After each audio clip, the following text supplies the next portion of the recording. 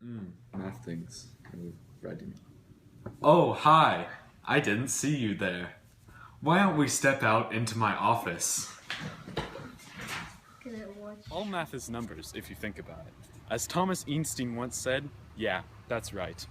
Every expert agrees that numbers, those things that you count with, can be symbolized as symbols and letters to symbolize that they're an unknown number. Is algebra.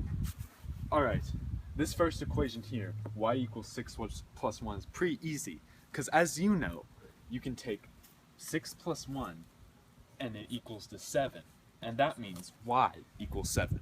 But you probably know that, because you're not a big dumb baby. Ah ha ha! So, this next question is more complicated. 1 plus y equals 3 squared divided by 3. But 3 squared divided by 3 equals 3. But what's this other number? 1? All you have to do is subtract it, and you'll get that y equals 2. Ooh. This next question is a doozy, though. So as you can see, there are more than 2 letters in these equations. But they both mean unknown number. When 2 equations are like this together, they're called a system. And they equal each other, if you can believe it. There's 2 ways to solve a system. We got some substitution, got some elimination. And by the power of algebra, we can figure out what both x and y are. Now, first thing you gotta do, substitution. So, y equals 6x minus 11. Yeah? Yeah. So, you would rewrite this right equation as 2x minus 3, 6x, 11 equals 7, because y equals that. So, first, you do this little thing we like to call distribution. Negative 18x, because the negative 3 is put together with the 6x and the negative 11 to make plus 33. Then you combine like terms. You got negative 20x plus 33 equals negative 7. You change over the like terms. So you got negative 20x equals negative 40. You do a bit of division because you can't have numbers in front of your x. No, sir! And you got x equals 2. So, now you have to do the whole process in reverse. You got 6x minus 11, so you put x2 minus 11. Wow, it's pretty impressive, right? 18, and you got y equals 7. So, y equals 7, x equals 2. It's pretty amazing, let me tell you. But now, what if this y ain't like this one? It's pretty bad if you ask me. But that's when you gotta use a little thing we like to call elimination. So, you got negative 4x minus 2y equals 12, and 4x plus 8y equals negative 24. Since you gotta have one of the letters has to cancel out, so we already got negative 4x will cancel out with 4x, right? We just write it under here, equals 12. We add them all, so you got 6y equals negative 12. That means y equals negative 2. So, now you double reverse it or something like that. And since we got y equals negative 2, it's negative 4x minus 2 negative 2 equals 12. That means negative 4x equals 12. Sorry, equals 8, because subtract like terms. So, x equals negative 2. Pretty amazing, right? And that's just the start of what the power of algebra can do for you. There are other ways to use equations, let me tell you. Equations can represent a shape and coordinates on a graph. Let's start out with the simplest one, a line. Now remember, coordinates are stated in x, comma, y. There's an infinite buttload of coordinates of coordinate points on a line.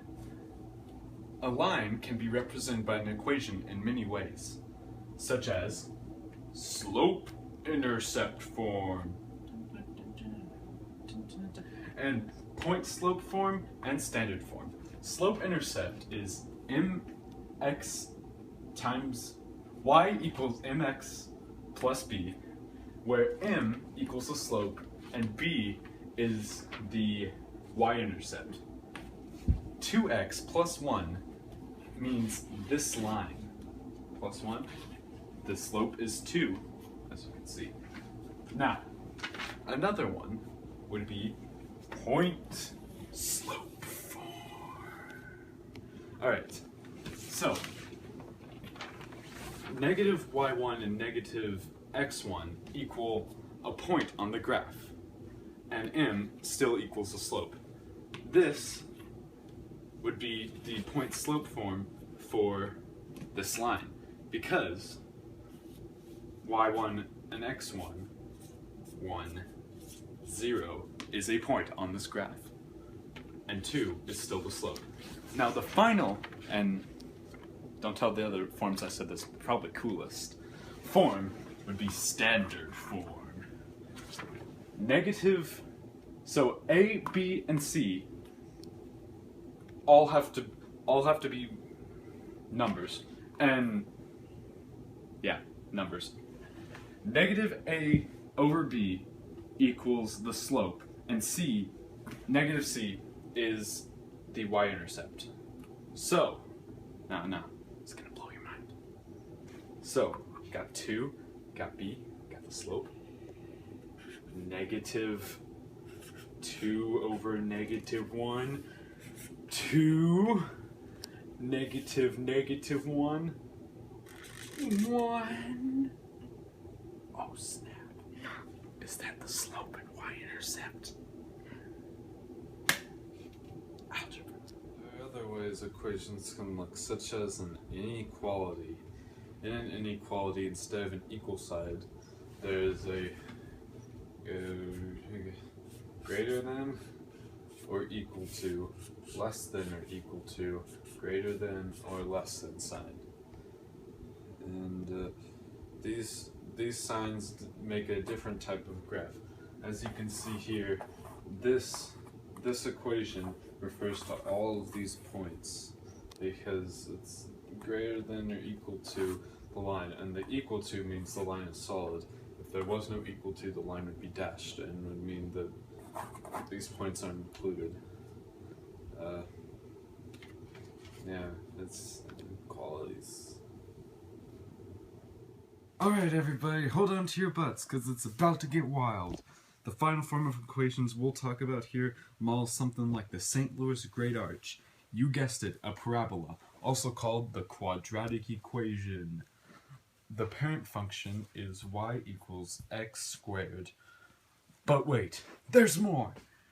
You can change many things about the quadratic equation. You can shrink or grow the graph by timesing it, or multiplying or dividing the x squared portion, such as here, x squared divided by 2. It's bigger. You can translate and flip it here. So if you want to flip it, you make the x value negative and translated numbers in the parentheses always lie, so that's +1 and then another +1, put it right here. Now, as you can see, the graph crosses the x-axis twice, and those are called roots, x's, solutions, or zeros. And you can find those in a quadratic equation by factoring. We'll use this equation right here. So take this, and what you gotta do, you have to find, or a good way to do it is to find what factors of this that add into that. And so, let's see. Yeah, we would take that has 8 times 3 equals 24, and 8 plus 3 equals 11.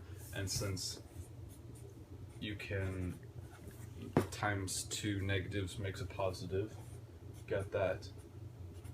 But then you have to put it equal to 0. So x minus 8, x equals 8, and x equals 3. And we got our 2 solutions. Alright folks, that's it for this video on how to algebra and stuff. Thanks for watching. Yeah.